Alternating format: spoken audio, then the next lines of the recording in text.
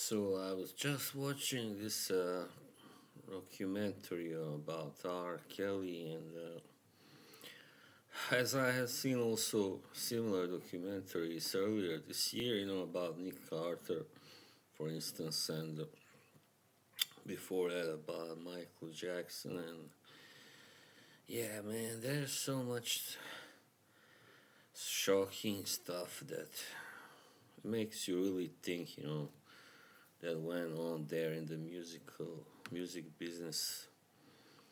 I think what was really dangerous was this really like a cult thing began like with in the I think late 80s with Jackson, people like that, Madonna also, and well, mid to late 80s maybe, and it just got bigger and bigger, throughout the 90s and at the beginning of this century, and it was dangerous because it gave these people really, you might say, unlimited power, more or less. They could get away with so much. It's really incredible. Of course, ultimately, nobody really gets away till the end unless you die, maybe before that. Like if you die young or something, then you can get away with. But sooner or later, it it comes back. It comes back and comes right at you, right back. The karma, karma. You don't want to mess with karma. So yeah, man, it just made me think how really effed up this whole business is. And not just that, I mean, you had also many other controversies connected to major artists such as Beyonce, for instance, and Jay Z. And you know what I'm talking about. And there have been many videos, countless conspiracy videos. You don't really know what to believe in. Also, the Whitney Houston, also the thing, all that stuff that happened around her and her daughter, and it's really messed up. It's really disturbing. The problem is, as I said, the cult thing. The cult of the pop star, the pop singer. It's just, I mean, yeah, as I said, it started already in the 80s, but I think in the late second half of the 90s, it got too big. It just got crazy. And after 2000, it just went totally berserk. I mean, so why, for instance, Nick Carter, I mean, R. Kelly is one thing, and Michael Jackson, that's illness, that's really, something serious. But when it comes to Nick Carter, for instance, that is about having so much fame and power and influence that you start to think, what the hell, I can do whatever I want, and then it just hits you, it hits you, it turns you into this kind of insatiable monster, really. Nothing is enough. I mean, you can have 5 villas and with these whatever 10 Mercedes or Jaguar or whatever Ferraris, and it will still not be enough.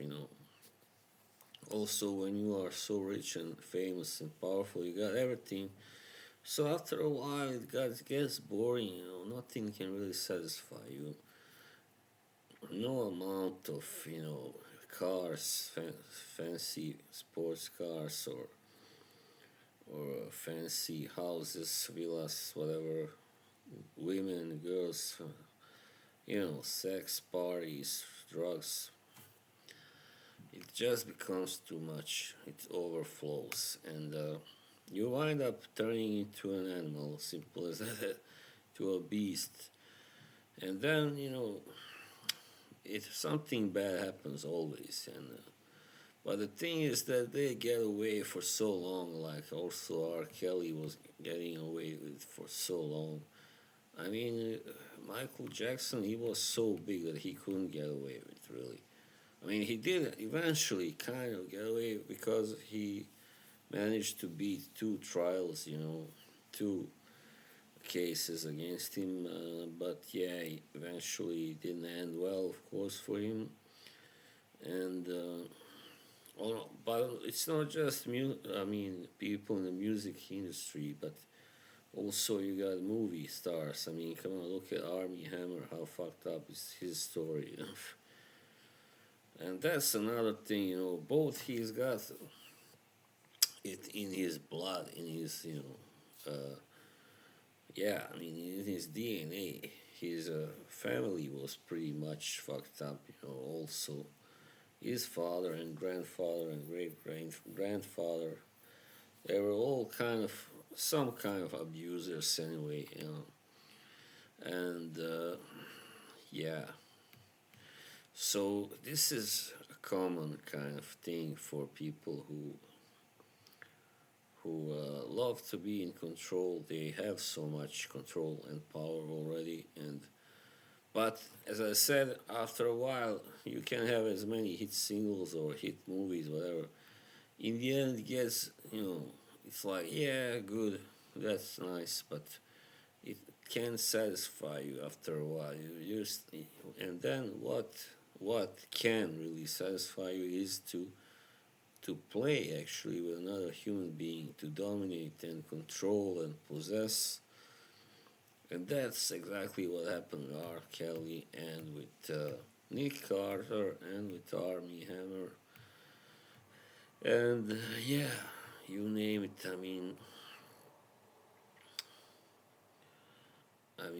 There have been so many other people really famous who have been accused in recent years also of abusing people that worked for them and stuff like that, such as Ellen and Oprah. And so yeah, it's just uncover the ugly truth, the ugly face of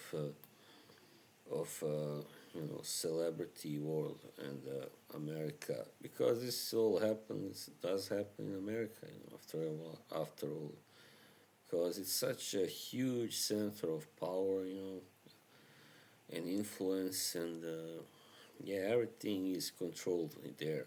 I mean, both the music and movie industry is controlled from America and by Americans, and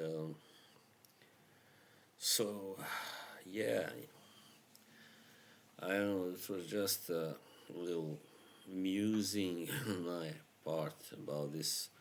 It's frightening because they have really great power, and R. Kelly was another thing was that like Lady Gaga, when she found out about this whole thing, she deleted his contributions, vocal contributions on that song she had, "Do What You Want with My Body." So the very title of the song, that's the irony, like, you know, I don't do I have to say more, so but you might what I anyway wonder is how could she not? She was working with this man.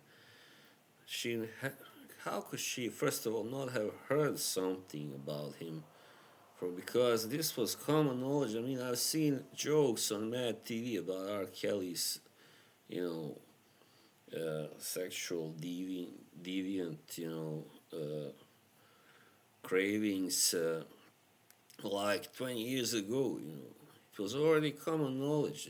This guy likes really young girls, and I mean, this was 2013, as far as I know, when they worked together. So already then he had been accused, also, actually. So, and how could she not have picked up on something?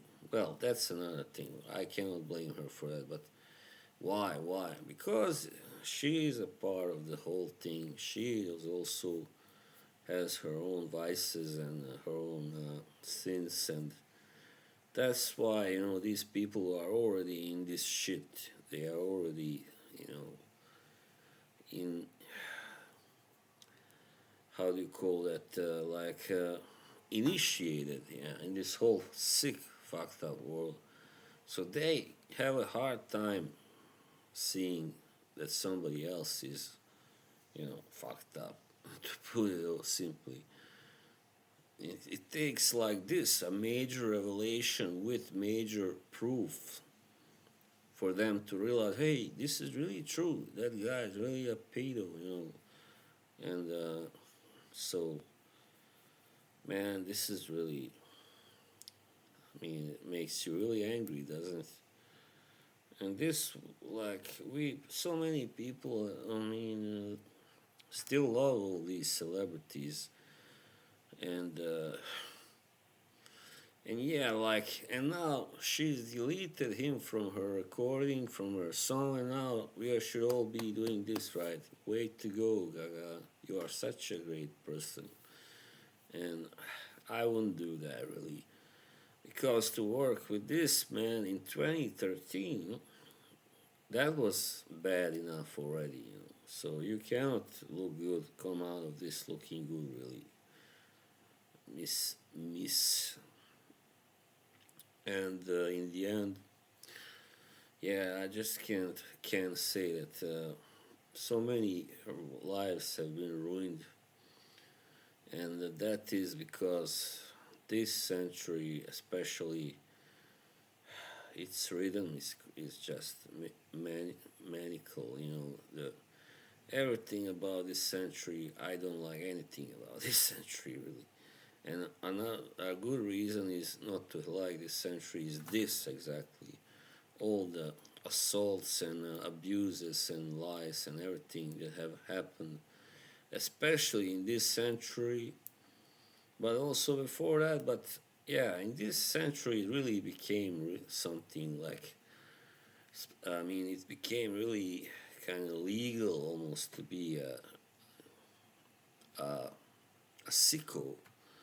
Marilyn Manson, another case. Only recently, a few years ago, some women have come forward with their accusations because he is a big deal. He's a celebrity, so yeah. And that's the worst thing, that if you alone try to fight your battle with these giant monsters. Yeah, it's not gonna end well, really, no way. But when several people, start to come forward and, tell the truth, then, as they say, truth shall set you free. And with that quote, I will end this video. Thank you. Bye.